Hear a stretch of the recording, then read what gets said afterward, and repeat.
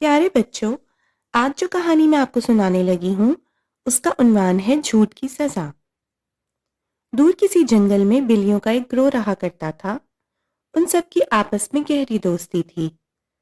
تمام بلیاں مل جل کر کھیلا کرتیں اور کھانے پینے بھی اکٹھی ہی نکلا کرتیں۔ سردیوں کے موسم کا آغاز ہو گیا تھا اور باہر ٹھنڈ کی شدت بڑھنے لگی۔ ایسے میں بلیوں کو گھر سے نکلنا محال لگنے لگا، لیکن انہیں پیٹ بھرنے کی خاطر جانا پڑنا تھا۔ بلیوں میں ایک بلی جس کا نام مانو تھا بہت سست تھی۔ وہ روزانہ سوچتی کہ آج کس طرح اسے باہر نہ جانا پڑے اور گھر بیٹھے ہی کھانا مل جائے، لیکن سب کے بار بار کہنے پر اسے ساتھ جانا پڑتا۔ ایک روز مانو سو کر اٹھی تو اسے ٹانگ میں درد محسوس ہوا۔ اس نے ساتھی بلیوں کو بتایا کہ جانے کیوں وہ پیر میں تکلیف محسوس کر رہی ہے، جس پر دوسری بلیوں نے اس سے ہمدردی کا اظہار کرتے ہوئے ایک دو روز آرام کرنے کا مشورہ دیا اور خود کھانے کی خاطر باہر نکل گئیں۔ واپسی پر آتے ہوئے وہ مہمانوں کے لیے کھانا بھی لے آئیں۔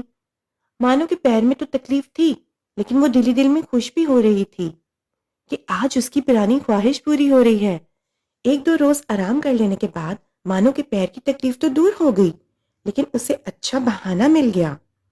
وہ ساتھی بلیوں کو یہی کہتی رہی کہ اس کی ٹانگ میں ابھی بھی تکلیف ہے، اس لیے وہ چلنے پھرنے سے قاصر ہے، جس پر اس کی سہیلیوں نے کہا کہ وہ اسے معائنے کے لیے لے چلتی ہیں، لیکن مانو نے انکار کر دیا اور کہا کہ وہ ایک قدم بھی نہیں اٹھا سکتی۔ چند روز مزید آرام کرنے کے بعد وہ خود ہی ٹھیک ہو جائے گی۔ یہ سن کر دوسری بلیوں نے بھی زیادہ زور نہ دیا اور خاموش ہو گئیں۔ بلیاں اپنے معمول کے مطابق روزانہ کھانے کے لیے باہر جاتیں اور واپسی پر مانو کے لیے خوراک لے آتیں۔ شام کو وہ سب کھیلنے کے لیے باہر جایا کرتی تھیں۔ اس وقت مانو گھر میں بالکل اکیلی ہوتی۔ اس کا بھی دل کرتا کہ وہ ان کے ساتھ کھیلنے کے لیے باہر جائے، لیکن ایسا کرنے سے صورت میں اس کا پول کھل جاتا اور وہ مزید روز بستر پر ہی گزارنا چاہتی تھی۔ اسے فراغت کے یہ دن بے حد پسند آ رہے تھے۔ ایک روز معمول کے مطابق سبھی بلیاں کھیلنے کے لیے باہر گئی ہوئی تھیں۔ مانو بستر پر مزے سے لیٹی تھی کہ اچانک اسے گوشت کی بو آئی۔ اس نے فوراً کان کھڑے کر لیے اور کھڑکی سے سر باہر نکال کر یہاں وہاں دیکھنے لگی۔ ایسے کرتے ہوئے اس نے خود کو کھڑکی کی اوٹ میں چھپا رکھا تھا تاکہ باہر کھیلتی بلیوں کی نظر اس پر نہ پڑ جائے۔ اب جو اس نے گوشت کی تلاش میں نظر دوڑائی تو کیا دیکھتی ہے کہ درخت کے نیچے ایک لڑکا کسی جانور کا گوشت پھینک رہا ہے۔ یہ دیکھ کر کہ منہ میں پانی بھر آیا۔ وہ جلد از جلد گوشت تک پہنچنا چاہتی تھی۔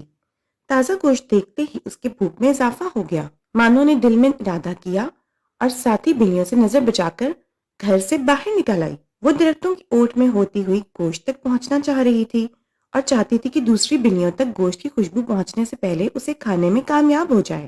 چھپتی چھپاتی وہ گوشت تک پہنچی اور جلدی جلدی پنجے چلاتے ہوئے کھانے میں مصروف ہو گئی۔ اب تک کسی کی اس پر نظر نہیں پڑی تھی۔ سارا گوشت ختم کرنے کے بعد وہ بے حد خوش تھی اور چاہتی تھی کہ اب یوں ہی چپکے کے ساتھ بلیوں کے واپس آنے سے پہلے گھر پہنچ جائے۔ بلیوں کے واپس آنے میں چند ہی منٹ باقی تھے، اس لیے مانو درخت کی اوٹ میں چھپ کر آہستگی سے جانے کی بجائے بھاگتی ہوئی گھر کی جانب گئی۔ جلدی میں وہ اس بات سے بے خبر تھی کہ تھوڑی ہی دور کھیلتی ساتھی بلیاں مانو کو بھاگتے ہوئے دیکھ چکی تھیں۔ وہ دل ہی دل میں مانو سے شدید خفا ہو چکی تھیں اور اس دوران بدحواسی میں بھاگتی مانو کا پیر ایک بڑے پتھر سے ٹکرایا اور وہ کراہتی ہوئی زمین پر گر پڑی۔ ساتھی بلیاں دور کھڑی افسوس سے مانو کو دیکھ رہی تھیں۔ وہ سمجھ گئی تھیں کہ مانو کو اپنے جھوٹ کی سزا مل چکی ہے۔ تو پیارے بچوں، اس کہانی سے ہمیں یہ سبق ملتا ہے کہ جھوٹ بولنے سے ہمیں بڑی سزا مل جاتی ہے۔ مزید ایسی دلچسپ اور مزیدار کہانیاں سننے کے لیے ابھی ہمارے چینل کو سبسکرائب کیجیے۔ تب تک کے لیے اللہ حافظ۔